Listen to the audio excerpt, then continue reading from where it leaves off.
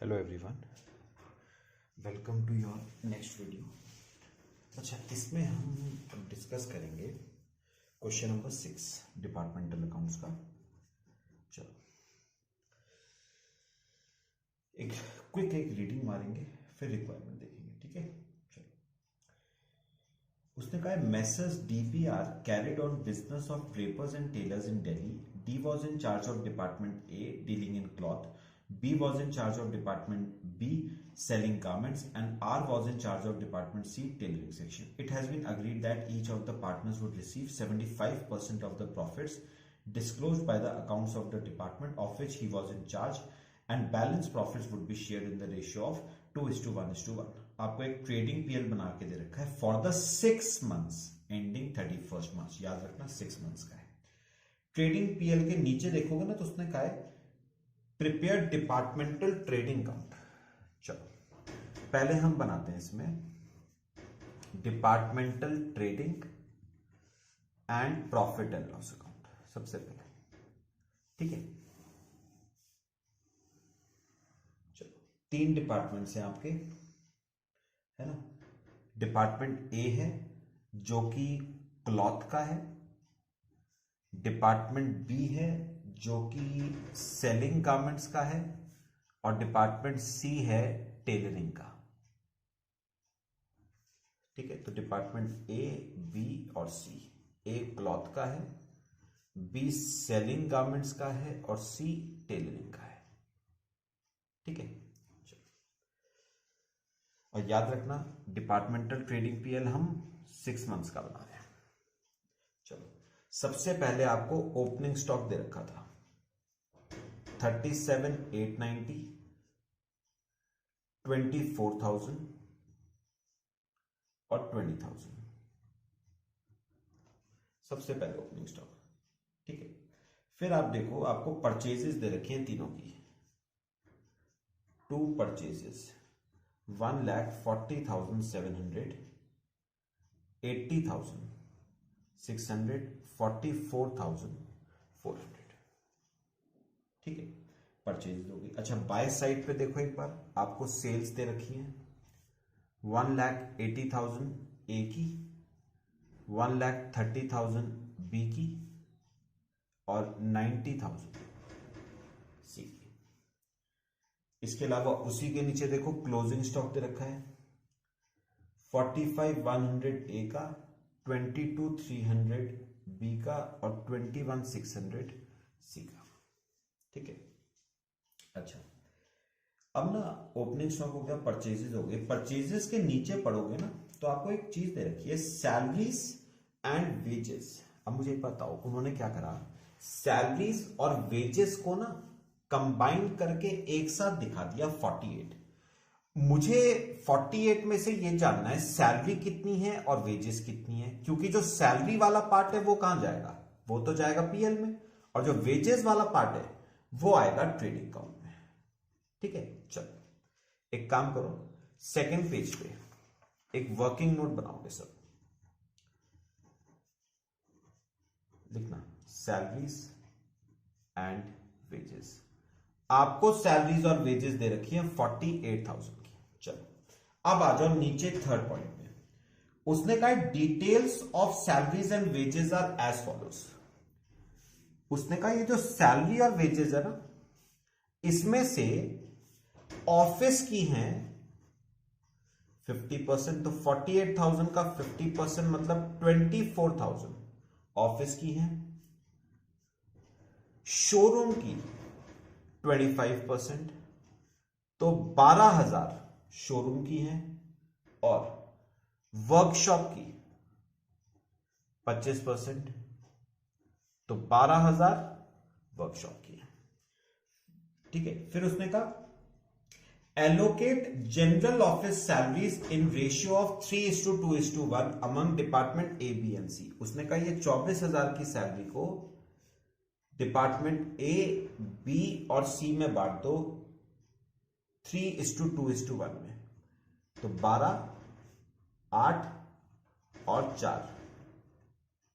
फिर उसने कहा ये जो शोरूम की है C पॉइंट पढ़ो, ये A और बी में बांट दो 1:2 में, शोरूम की ए और बी में बांट दो 1:2 में 4 और 8।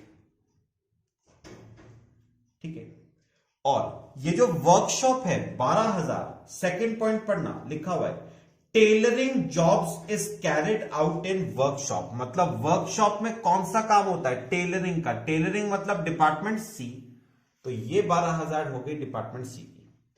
अच्छा, अब मैं आपसे ना इसमें एक बात पूछता हूं, ठीक है, सुनना। मुझे ये बताओ, ऑफिस में वर्कर्स होते हैं या एम्प्लॉयज होते हैं? एम्प्लॉयज। और एम्प्लॉयज को सैलरी दोगे या वेजेस? सैलरी। तो ये 12, 8 और 4 क्या होंगी? सैलरी। अच्छा, ऐसे ही बताओ, शोरूम में वर्कर्स होते हैं या एम्प्लॉयज? एम्प्लॉयज। तो एम्प्लॉयज को भी सैलरी दोगे, लेकिन वर्कशॉप में एम्प्लॉयज नहीं होते हैं, वर्कर्स होते हैं, तो उनको क्या दोगे? वेजेस। तो मुझे बताओ कि 48 में से 12 की तो वेजेस हो गई, जो पूरी की पूरी डिपार्टमेंट सी की हैं, तो लिखोगे यहां पर वेजेस डिपार्टमेंट सी की पूरी 12,000। बाकी सैलरी से वो आएंगी पीएल में। ठीक है। अच्छा, इसके अलावा देखो, सैलरी एंड वेजेस हो गया, एडवर्टाइजिंग नहीं आएगा, रेंट नहीं आएगा, डिस्काउंट अलाउड नहीं आएगा, सैलरी एक्सपेंसेस नहीं आएगा, डेप्रिसिएशन नहीं आएगा, बाय साइड पे सेल्स आ गई, क्लोजिंग स्टॉक आ गया, डिस्काउंट रिसीव यहां पर आएगा नहीं। अब आओ नीचे की line, first point, cloth of the value of 10,700 and other goods of the value of 600 were transferred at selling price by department A and B to C.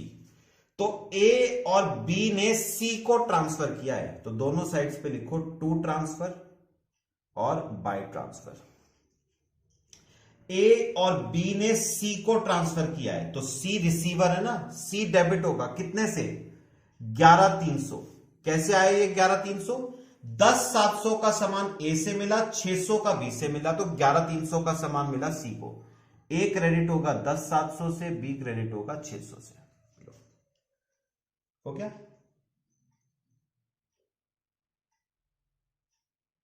चलो, अब इसमें निकाल लेते हैं हम जीपी। 1,80,000, 45,100, 10,700 माइनस 37,890 माइनस 1,4700, 5,7,210, ये आपका आ गया जीपी।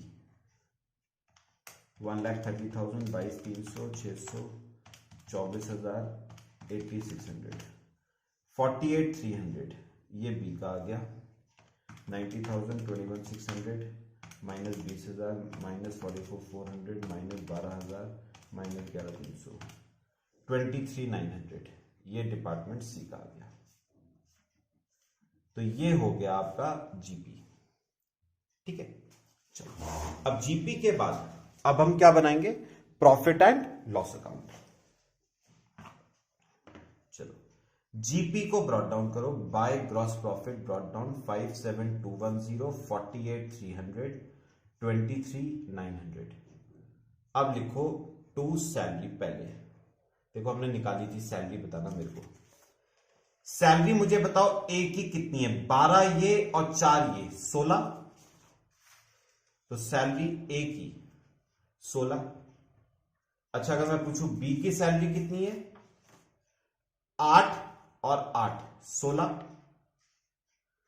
तो बी की 16, और सी की भी है सैलरी, देखो 4,000 की, सी की सैलरी 4,000। चलो, अगला अगला है एडवर्टाइजिंग। देखना नीचे, एडवर्टाइजिंग के लिए उसने क्या कहा था? उसने कहा है all other expenses are to be allocated on the basis of turnover. तो एडवर्टाइजिंग को 2400 को टर्नओवर के रेशियो में कर देना।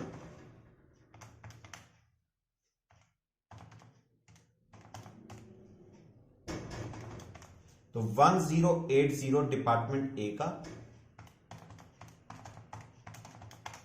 780 डिपार्टमेंट बी का,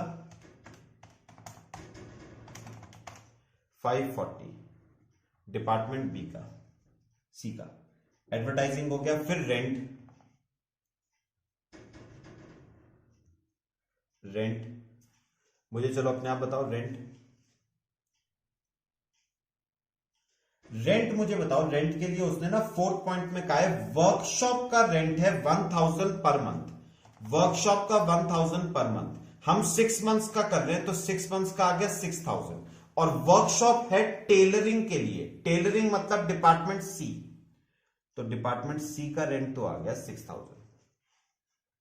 ठीक है, फिर उसने कहा है rent of general office and showroom is divided equally between A and B. मुझे बताओ टोटल रेंट 10,800 का था, उसमें से डिपार्टमेंट सी का 6000 हो गया, तो बचा 4800।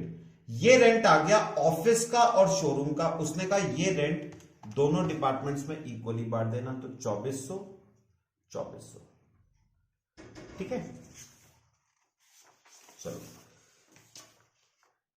अब इसके बाद रेंट के बाद देखते हैं।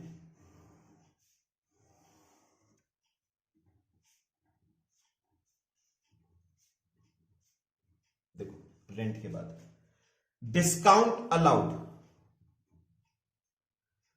किस रेशियो में, कुछ नहीं लिखा हुआ। उसने कहा था all other expenses on basis of turnover, तो टर्नओवर के रेशियो में बांट दो 540, 390, 270।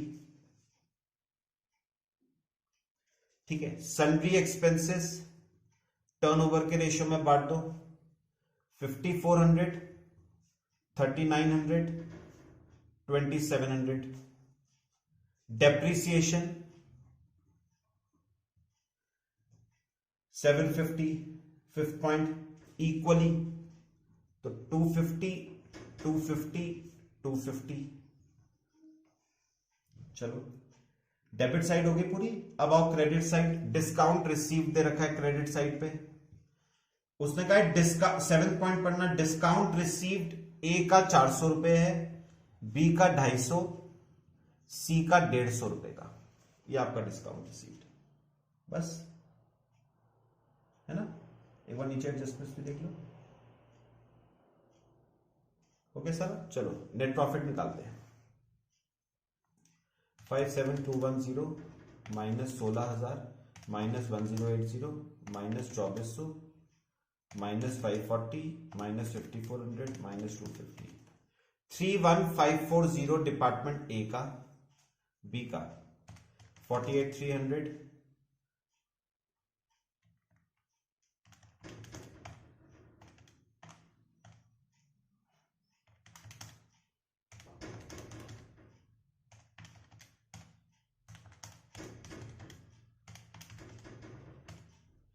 31940 आएगा ए का, 31940। बी का देखना 48300 plus 250 minus 16000 minus 780 minus 2400 minus 390 minus 3900 minus 250। 24830 B का, और सी का 23900।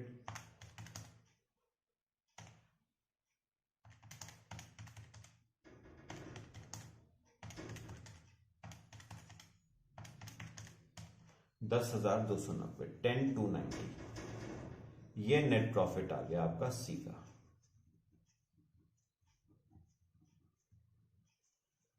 चलो ये आपका हो गया नेट प्रॉफिट। अब एक काम करते हैं, अब बनाओ जरा सब जनरल पीएल,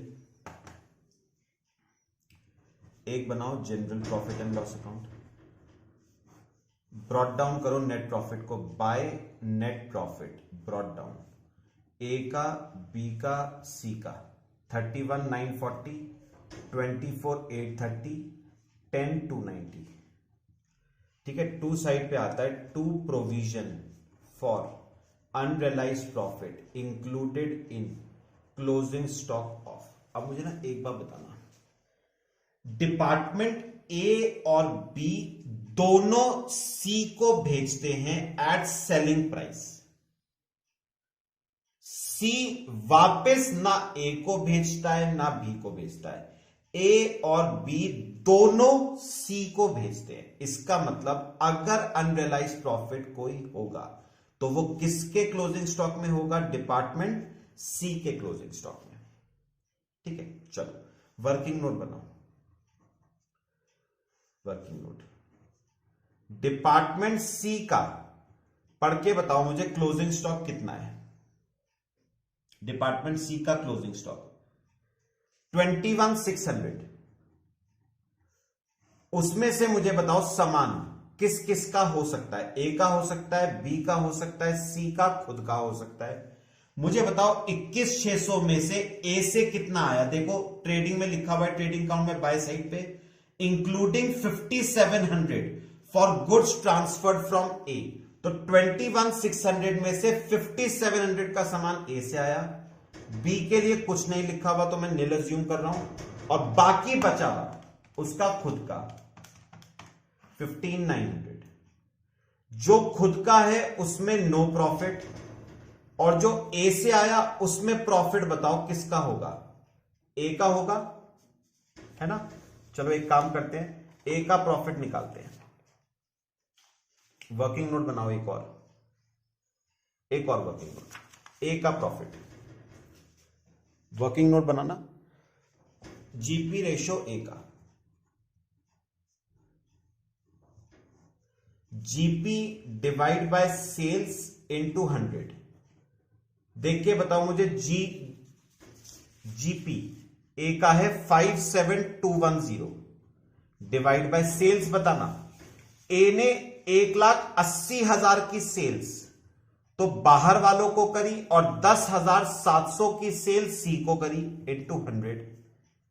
तो 5,7,210 डिवाइड बाय 1,90,700 इंटू 100, 30% आपका जीपी रेशियो। तो ए ने 5,700 के सामान पे 30% का प्रॉफिट चार्ज किया होगा। तो 5,700 पे 30%, 1,710 का प्रॉफिट। ये किसके क्लोजिंग स्टॉक में है, सी के। ठीक है। अच्छा रही बात क्लोजिंग स्टॉक पे अनरियलाइज्ड प्रॉफिट टू साइड पे आता है, तो ओपनिंग स्टॉक पे बाय साइड पे आएगा। लेकिन 8th पॉइंट पढ़ लेना, सबसे last point, opening stock of department C does not include any goods from department A. उसने साफ कह दिया है सी के ओपनिंग स्टॉक में कोई भी गुड्स डिपार्टमेंट ए के नहीं है, मतलब उसमें ओपनिंग स्टॉक में सारे के सारे गुड्स सी के खुद के हैं, और जो खुद के हैं उसमें नो प्रॉफिट।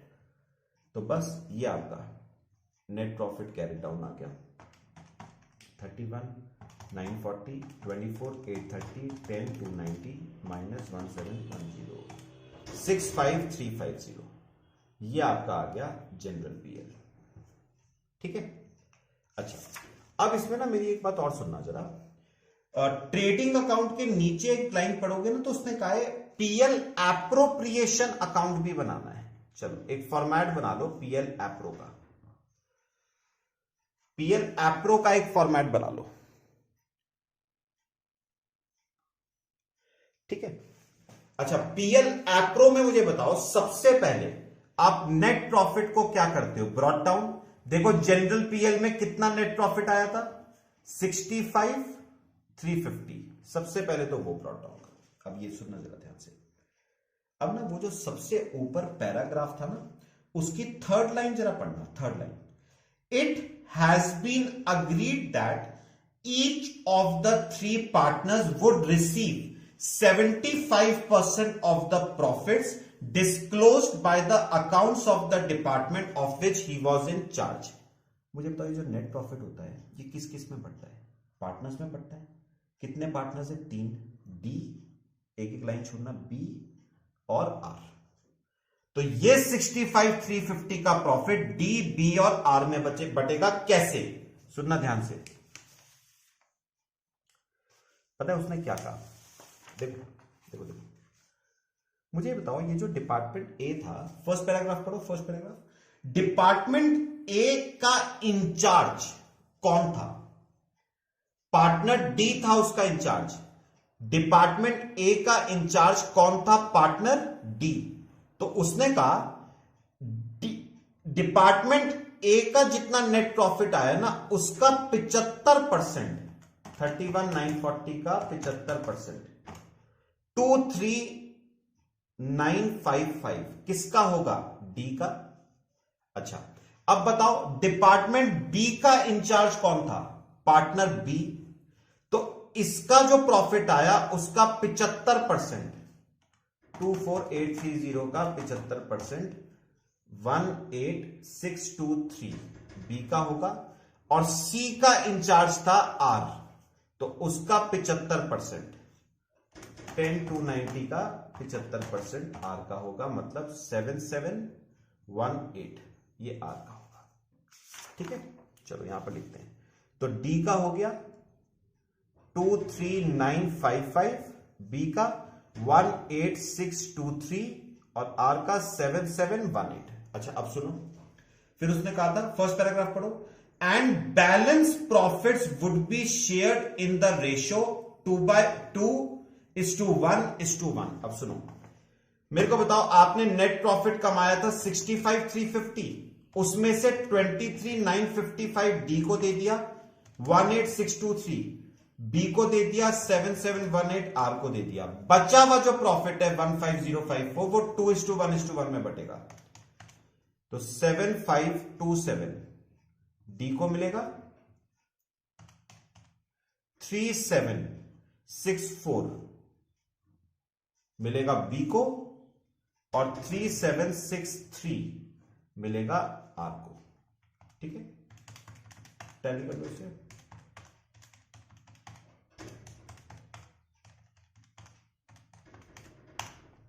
ये आपका टैली कर जाएगा, तो ये आपका क्या बन गया, पीएल एप्रोप्रिएशन। ठीक है, इंपॉर्टेंट क्वेश्चन था। चलो बाकी नेक्स्ट क्वेश्चन नेक्स्ट क्लास में डिस्कस करते हैं। Thank you. Hello everyone.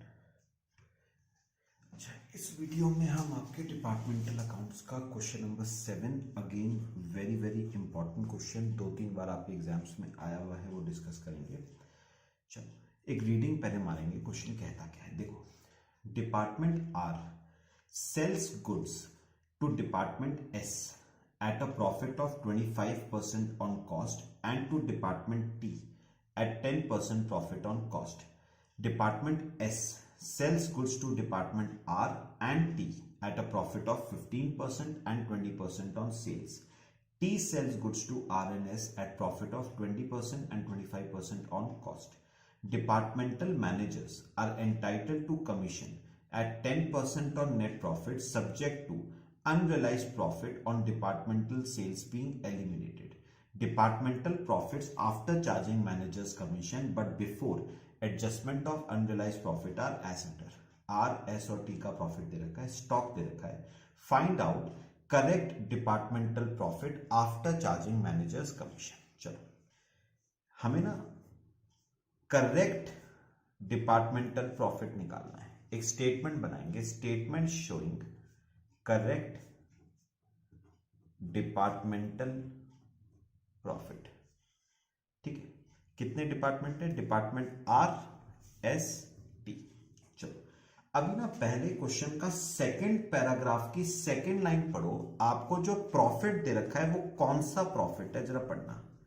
आपको प्रॉफिट दे रखा है, ब्रैकेट्स में लिखो after managers commission but before unrealised profit. मतलब क्या हुआ, मतलब इस प्रॉफिट पे अराइव करते समय आप मैनेजर्स कमीशन को तो माइनस कर चुके हो, लेकिन अनरियलाइज्ड प्रॉफिट को अभी तक आपने इस प्रॉफिट में से माइनस नहीं कराया। दे रखा है आर का 54, एस का 4500, टी का 27। ठीक है, चलो अब ना ऊपर जो सेकंड पैराग्राफ है, फर्स्ट लाइन, सेकंड पैराग्राफ की फर्स्ट लाइन वो पढ़ना। उसने कहा है managers are entitled to commission at 10% on net profit subject to unrealised profit on departmental sales being eliminated. पता है हमसे गलती क्या हुई है, उसने पता है हमें कमीशन कहा था, कमीशन देनी है 10%। ठीक है, 10% किस पे, प्रॉफिट्स पे कमीशन देनी है। चलो ठीक है, उसने कहा था कौन से प्रॉफिट्स पे आपको कमीशन देनी है। उसने कहा था पहले अनरियलाइज्ड प्रॉफिट्स को माइनस करो, अनरियलाइज्ड प्रॉफिट्स को एलिमिनेट करो, एलिमिनेट करने के बाद जो प्रॉफिट आएगा ना उस पे कमीशन देनी थी। जबकि यहां पर बताओ हमने प्रॉफिट में से अनरियलाइज प्रॉफिट एलिमिनेट करे बिना ही मैनेजर को हमने बताओ क्या दे दी, कमीशन। मैं दोबारा बोल रहा हूं, उसने आपको 10% की कमीशन कौन से प्रॉफिट्स पे देने को कहा था? उसने कहा था 10% की कमीशन प्रॉफिट्स पे देनी है after unrealised profit is eliminated. मतलब अनरियलाइज प्रॉफिट को हटाने के बाद जो प्रॉफिट आएगा ना,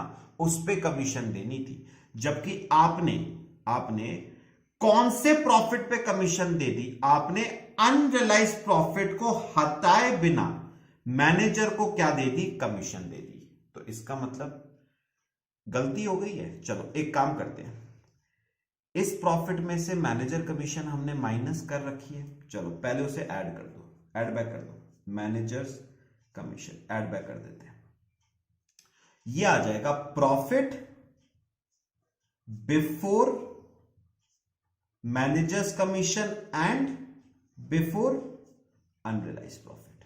ठीक है, चलो अब मेरी बात सुनना। मुझे बताओ कितनी कमीशन थी? 10%। मुझे बताओ ये 54,000 का प्रॉफिट 10% की कमीशन माइनस करने के बाद है। मतलब ये मैं कह सकता हूं कि दिस 54,000 इज इक्विवेलेंट टू 90%, यानी ये प्रॉफिट आएगा 60,000, इस पे 10% 6,000 की कमीशन। ऐसे ही दिस 40,500 इज इक्विवेलेंट टू 90%, मतलब 45,000, उस पे 10% 4,500 की commission. This 27,000 is equivalent to 90%, मतलब 30,000। तो ये आ गई 3,000 की कमीशन। चलो, तो जो मुझसे गलती हुई थी वो गलती मैंने ठीक कर दी। अब सुनो, अब उसने कहा था पहले कमीशन नहीं देनी है, पहले माइनस करना है अनरियलाइज्ड प्रॉफिट। चलो वर्किंग नोट बनाते हैं, पहले अनरियलाइज्ड प्रॉफिट निकालते हैं। वर्किंग नोट से बनाओ। पहले आना डिपार्टमेंट आर पे, ध्यान से देखनी मेरी बात। क्वेश्चन पढ़ो और मुझे बताओ। आर वाला कॉलम देखना, आर वाला कॉलम, सब आर वाला कॉलम देखना। मुझे बताओ डिपार्टमेंट आर का क्लोजिंग स्टॉक टोटल कितने का है? 30,000 का है ना। मुझे बताओ कि 30,000 में से एस से कितना आया? 21, और टी से कितना आया? टी से 9। अब बताओ जो एस से आया उसमें प्रॉफिट किसका होगा? एस का। चलो फर्स्ट पैराग्राफ पढ़ो, first paragraph second line. S sells goods to department R at 15% profit on sales. तो एस ने कितना प्रॉफिट चार्ज किया था? 15% का। तो एक बार हम निकालते हैं, 21,000 पे 15% का प्रॉफिट, 3150 का प्रॉफिट। ठीक है, अच्छा अब जो सामान टी से आया उसमें प्रॉफिट किसका होगा? टी का। अब बताओ कि टी ने आर से कितना प्रॉफिट चार्ज किया था? 20% ऑन कॉस्ट। तो 1/5 ऑफ कॉस्ट, तो 1/6 ऑफ सेल्स। तो 9,000 का 1/6 बताओ, 1,500 का प्रॉफिट। अब मेरी एक बात जरा सुनोगे सब। मुझे बताओ ये जो 3150 का प्रॉफिट है ये किसके क्लोजिंग स्टॉक में है? आर के क्लोजिंग स्टॉक में। लेकिन ये प्रॉफिट है आर का थोड़ी ना, प्रॉफिट तो ये किसका है? एस का। तो एस में से माइनस करना, यहां पर देखो एस में से माइनस करना 3150। अच्छा ऐसे ही चलो मेरे को बताओ ये जो प्रॉफिट है, ये किसके क्लोजिंग स्टॉक में है? आर के। लेकिन ये आर का नहीं है ना, ये प्रॉफिट तो टी का है। तो टी में से माइनस करना 1,500। चलो अच्छा ये तो हो गया डिपार्टमेंट आर का। अब करेंगे ऐसा ही केस बाकी डिपार्टमेंट्स का भी। चलो डिपार्टमेंट एस का बताओ। क्लोजिंग स्टॉक बताना, कॉलम देखो एस वाला, टोटल 30,000 का क्लोजिंग स्टॉक है। उसमें से मुझे बताओ आर से कितना आया और टी से कितना आया? आर से आया 22,500 का सामान और टी से आया 7,500 रुपए का सामान। ठीक है, अच्छा जो आर से आया उसमें प्रॉफिट किसका होगा? आर का। चलो फर्स्ट लाइन पढ़ो। R sells goods to S at a profit of 25% on cost, तो 1/4 ऑफ कॉस्ट यानी 1/5 ऑफ सेल, तो 22,500 पे 1/5, 4,500 का प्रॉफिट। ये किसका प्रॉफिट आ गया पहले बताओ, आर का। चलो ऐसी मुझे ना टी का भी बताना। ये सामान टी से आया तो इसमें प्रॉफिट किसका होगा, टी का। और टी, थर्ड लाइन पढ़ो, टी एस को 25% ऑन कॉस्ट पे भेजता है, तो 1/4 ऑफ कॉस्ट यानी 1/5 ऑफ सेल, तो 1,500 का प्रॉफिट। चलो मुझे एक बार बताओ, ये 4,500 का प्रॉफिट किसके स्टॉक में है, एस के स्टॉक में। लेकिन ये है एस का थोड़ी ना, है तो किसका, आर का। तो आर में से माइनस करना 4,500। अच्छा ऐसे ही ये जो प्रॉफिट है 1,500 का, ये प्रॉफिट किसके स्टॉक में है, एस के। लेकिन ये एस का थोड़ी ना है, प्रॉफिट तो ये टी का है, तो टी में माइनस करना, इसमें ऐड कर दो चाहे 1,500। ठीक है, चलो अब रह गया तीसरा डिपार्टमेंट, डिपार्टमेंट टी। मुझे बताओ कि टी का क्लोजिंग स्टॉक कितने रुपए का है, 34,500 का। कुछ आर से आया, कुछ एस से। 16,500 आर से आया, 18,000 एस से आया। जो आर से आया उसमें प्रॉफिट आर का होगा। फर्स्ट लाइन पढ़ो, आर टी से कितना प्रॉफिट चार्ज करता है, 10% ऑन कॉस्ट, तो 1/11 ऑफ सेल, तो करो 16,500 का 1/11 1,500।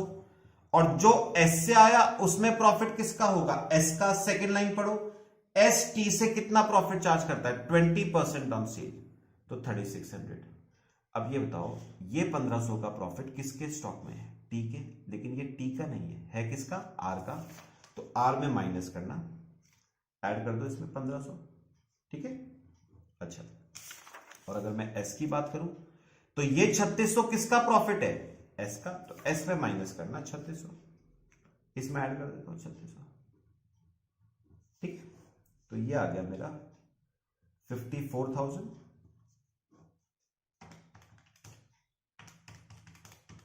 38,250 और 27,000। बस अब इसमें से आप माइनस करोगे मैनेजर्स कमीशन 10% की,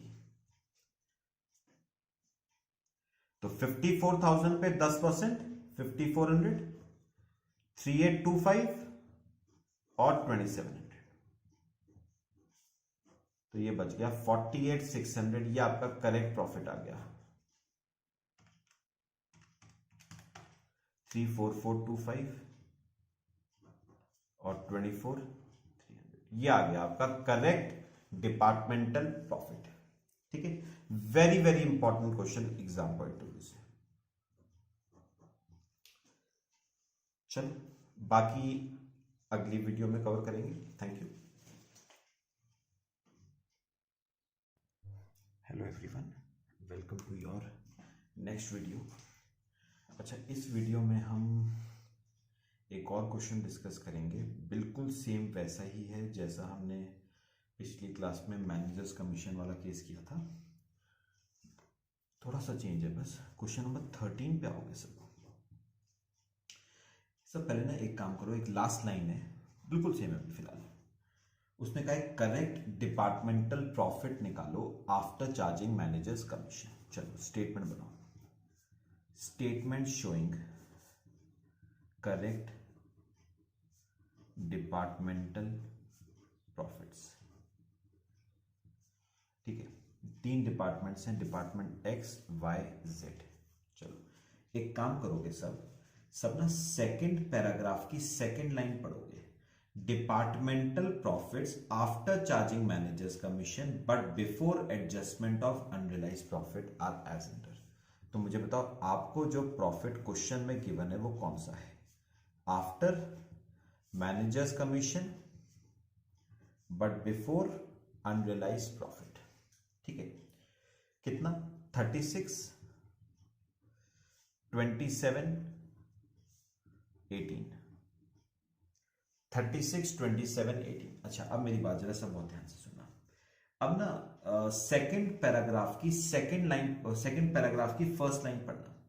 departmental managers are entitled to commission at 10% on net profits subject to unrealized profit on departmental sales being eliminated. अच्छा, उसने कहा प्रॉफिट्स में से अनरियलाइज्ड प्रॉफिट हटाने के बाद जो प्रॉफिट्स बचेंगे ना उस पे 10% की कमीशन देनी है। अनरियलाइज्ड प्रॉफिट हटाने के बाद जो प्रॉफिट्स बचेंगे उस पे 10%। जबकि हमने गलती क्या करी, हमने अनरियलाइज्ड प्रॉफिट हटाने से पहले ही मैनेजर को बताओ क्या दे दी, कमीशन। तो एक काम करते हैं, ये जो प्रॉफिट्स हैं इन पे अराइव करते समय आप कमीशन को ऑलरेडी माइनस कर चुके हो, चलो ऐड बैक कर देते हैं मैनेजर्स कमीशन।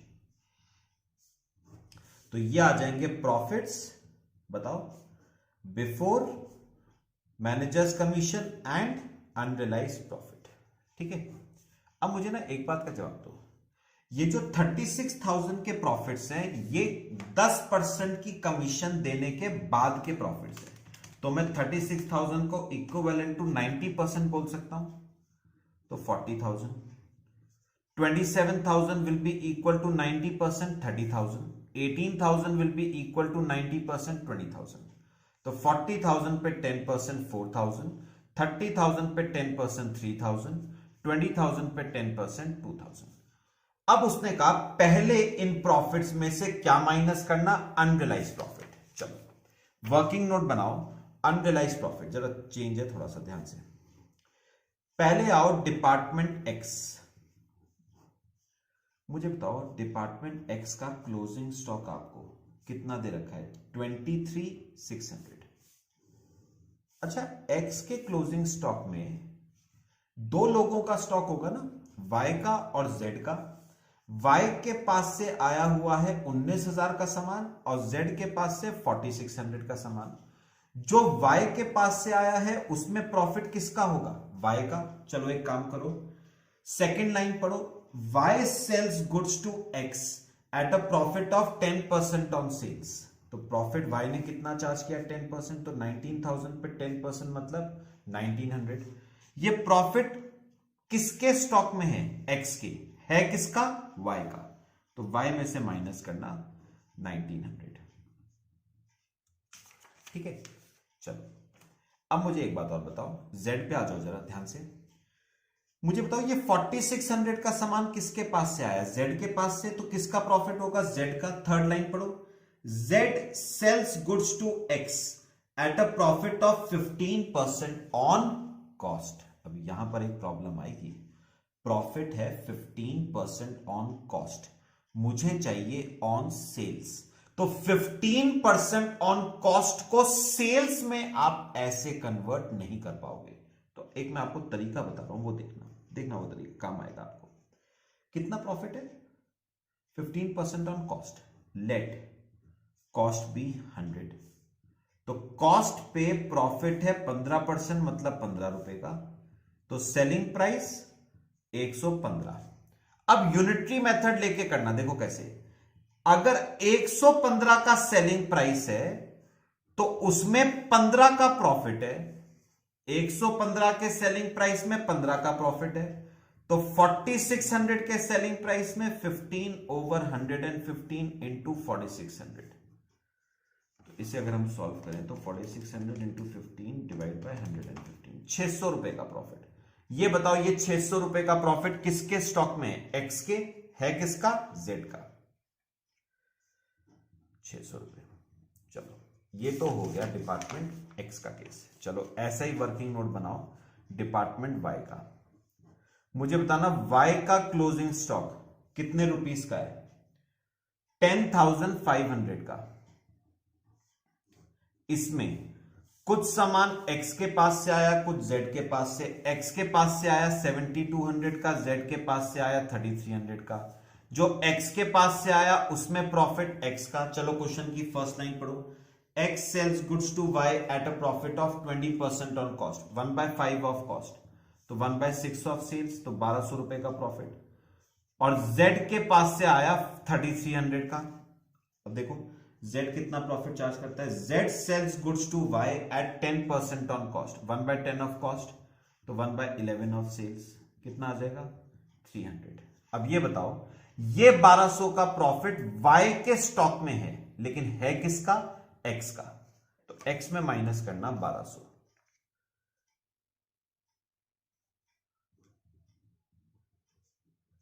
और ऐसे ही ये 300 रुपए वाई के स्टॉक में है, लेकिन है किसका, जेड का।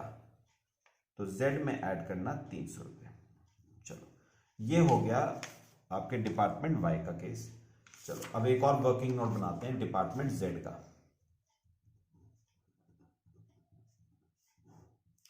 डिपार्टमेंट जेड का क्लोजिंग स्टॉक है 20,750 का। उसमें कुछ गुड्स एक्स के होंगे, कुछ गुड्स वाई के होंगे। एक्स के पास से आए 5750, वाई के पास से आए 15,000। जो एक्स के पास से आए उसमें प्रॉफिट बताओ, एक्स का होगा। देखना एक्स कितना प्रॉफिट चार्ज करता है, 15% प्रॉफिट ऑन कॉस्ट। तो प्रॉफिट है 15% ऑन कॉस्ट। फिर से बताओ क्या करोगे, लेट कॉस्ट बी 100। तो 100 की कॉस्ट पे 15%, 15 का प्रॉफिट, तो सेलिंग प्राइस 115। चलो यूनिटरी मेथड यूज करो। अगर सेलिंग प्राइस 115 है तो प्रॉफिट 15 है, और अगर सेलिंग प्राइस 5750 है तो 15 डिवाइड बाय 115 इंटू 5750, तो ये आ जाएगा 750। ये प्रॉफिट किसके स्टॉक में है, जेड के, है किसका, एक्स का, 750। चलो अच्छा ये बताओ, ये सामान किसके पास से आया, वाई के पास से, और वाई बताना एक्स जेड से कितना प्रॉफिट चार्ज करता है, 20% ऑन सेल्स। तो 15,000 पे 20% मतलब 3,000 का प्रॉफिट। किसका प्रॉफिट है ये, वाई का। तो वाई में से माइनस करो 3,000। चलो तो मेरा करेक्ट प्रॉफिट्स आ गए यहां तक के 38,050, 25,100, 19,100। अब बताओ इसमें से क्या दोगे मैनेजर को, कमीशन 10% की, 3805 की कमीशन, 2510 की कमीशन, 1910 की कमीशन। तो आपका करेक्ट प्रॉफिट आ गया 38,050 माइनस 3805, 34,245। 25,100 minus 2510, 22,590, 19,100 minus 1910, 17,190। बस ये आपके आ गए करेक्ट डिपार्टमेंटल प्रॉफिट्स। ठीक है ना। चलो एक क्वेश्चन घर होमवर्क में लिखो, क्वेश्चन नंबर 14 क्वेश्चन होमवर्क में लिखो सब। अच्छा मैं आपको इसमें पहले बता देता हूं, एक बार 14 क्वेश्चन की लास्ट लाइन पढ़ो। आपको इसमें करेक्ट डिपार्टमेंटल प्रॉफिट्स नहीं निकालने, सिर्फ आपको क्या निकालना है, लास्ट लाइन पढ़ना, calculate unrealised profit of each department and also total unrealised profit. मतलब आपको ये अनरियलाइज्ड प्रॉफिट हर डिपार्टमेंट का आपको क्वेश्चन में क्या करना है, कैलकुलेट करना है। ठीक है, इसमें भी वही दिक्कत आएगी, एक बार फर्स्ट पैराग्राफ पढ़ना। A sells goods to B at a profit of 50% on cost।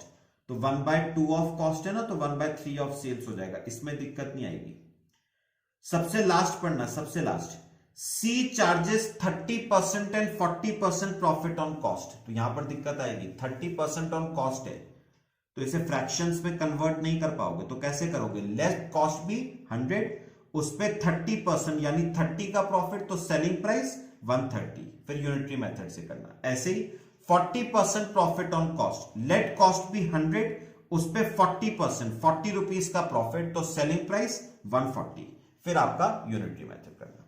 ठीक है, चलो आज के लिए अकाउंट्स के वीडियोस और अपलोड नहीं करूंगा, बहुत है आज के लिए। ठीक है, बाकी हम अगले वीडियो में डिस्कस करते हैं। Thank you.